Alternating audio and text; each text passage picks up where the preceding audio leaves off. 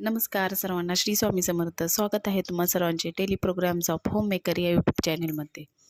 सर्वप्रथम सर्वांना गुढीपाडव्याच्या खूप खूप शुभेच्छा. आपलं मराठी नवीन वर्ष हे गुढीपाडव्यापासून चालू होते. असं म्हटलं जातं की ब्रह्मदेवाने सृष्टीची उत्पत्ती याच दिवशी केली होती, म्हणून आपल्या सगळ्यांसाठी हा दिवस खूप महत्त्वाचा आहे. प्रत्येक गावात प्रत्येक भागात गुढी उभारली जाते. तर गुढी का उभी करतात आणि त्यासाठी लागणारे जे साहित्य आहे याचा शास्त्रानुसार का वापर केला जातो हेच मी तुम्हाला आजच्या व्हिडिओमध्ये सांगणार आहे. गुढीपाडव्याच्या दिवशी सकाळी लवकर उठून सर्वांनी अभ्यंग स्नान करायचं आहे. जसं आपण दिवाळीला उटणं लावून अभ्यंग स्नान करतो तसंच गुढीपाडव्याच्या दिवशी पण सर्वांनी अभ्यंग स्नान करायचं आहे. गुढीपाडव्याचा दिवस म्हणजे चैत्र प्रतिपदेचा दिवस असतो. या दिवशी अजून एक गोष्ट चालू होते, ती म्हणजे चैत्र नवरात्री. चैत्र नवरात्रीला कुलस्वामिनीचा मानपान केला जातो. चैत्र नवरात्रीतला पहिला दिवस म्हणून तुम्ही कुलस्वामिनीची ओटी भरू शकता किंवा कुंकुमार्चन करू शकता. आपण रोज सूर्याला अर्घ्य देत असतो. या दिवशी सूर्याला अर्घ्य देण्याचं पण विशेष महत्त्व आहे.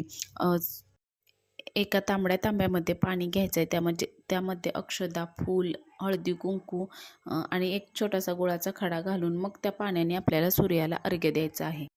असे म्हटले जाते, सूर्याची जो उपासना करतो त्याचं आरोग्य चांगले राहते, तेजाची बळाची प्राप्ती होते. ज्या कोणी स्त्रिया सूर्याला अर्घ्य देत नसतील तर या पाडव्यापासून ही चांगली सवय लावून घ्या. कारण गुढीपाडवा हा 3.5 मुहूर्तांपैकी एक अत्यंत महत्त्वाचा मुहूर्त मानला जातो. या दिवशी आपण कोणत्याही चांगल्या कामाची सुरुवात केली तर तिचा शेवटही चांगलाच होतो.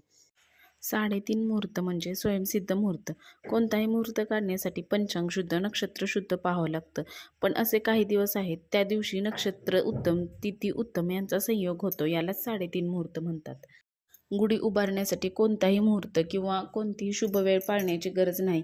सकाळी तुम्ही सूर्योदयाच्या वेळी गुढी उभारू शकता. अगदी सकाळी जोपर्यंत सूर्याची कोवळी किरणे आहेत तोपर्यंत तुम्हाला गुढी उभारायची आहे. गुढी उभारत असताना ओम ब्रह्मध्वजाय नमः हा मंत्र म्हणायचा असतो. गुढी उभारण्यासाठी वेळूची काठी लागते. याला बांबू असेही म्हटले जाते. तर ही काठी स्वच्छ धुवून घ्यायची आहे, पुसून घ्यायची आहे. कारण गुढी या शब्दाचा अर्थ ब्रह्मध्वज असा होतो आणि पाडवा या शब्दाचा अर्थ चैत्र शुक्ल प्रतिपदा असा होतो.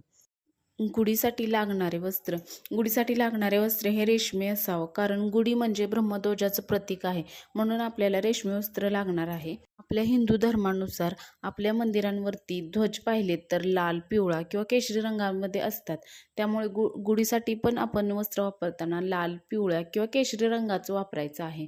आणि जर तशा कलरची आपल्याकडे साडी नसेल तर मग तशा कलरचं जर कापड असेल तर ते कापड वापरलं तरीही चालेल, किंवा तसं कापड जरी नसेल तरी मग पांढरं जे उपरणं असतं ते त्या उपरणावरती एका बाजूला स्वस्तिक काढायचं, एका बाजूला ओम लिहायचं आहे आणि त्याचा वापर केला तरी चालतो. त्यानंतर आंब्याचा डहाळा, लिंबाचा डहाळा, फुलांचा हार आणि साखरेची माळ गुढीला लावायची आहे. मला साखरेची माळ नाही भेटली, मी गुढीपाडव्या दिवशी ती नक्कीच लावणार आहे.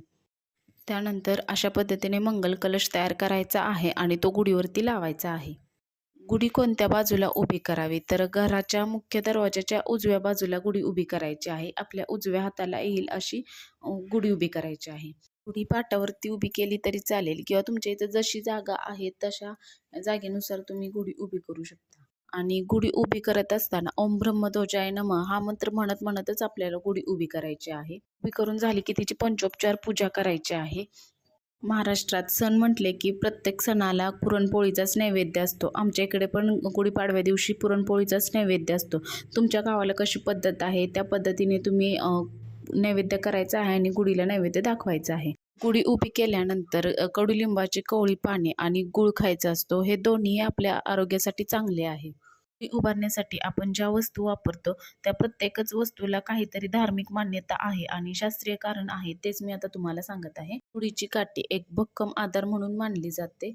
गुढीच्या वस्त्रासाठी आपण पिवळा, केशरी किंवा लाल रंग वापरतो. पिवळा रंग हे वसंत ऋतूचं प्रतीक आहे. कोणतेही वस्त्र असो ते आडव्या उभ्या धाग्याने बनते, तर माणसाच्या आयुष्यात देखील दुःख सुख येत राहतात. काही दुःखाचे धागे असतात तर काही सुखाचे धागे असतात.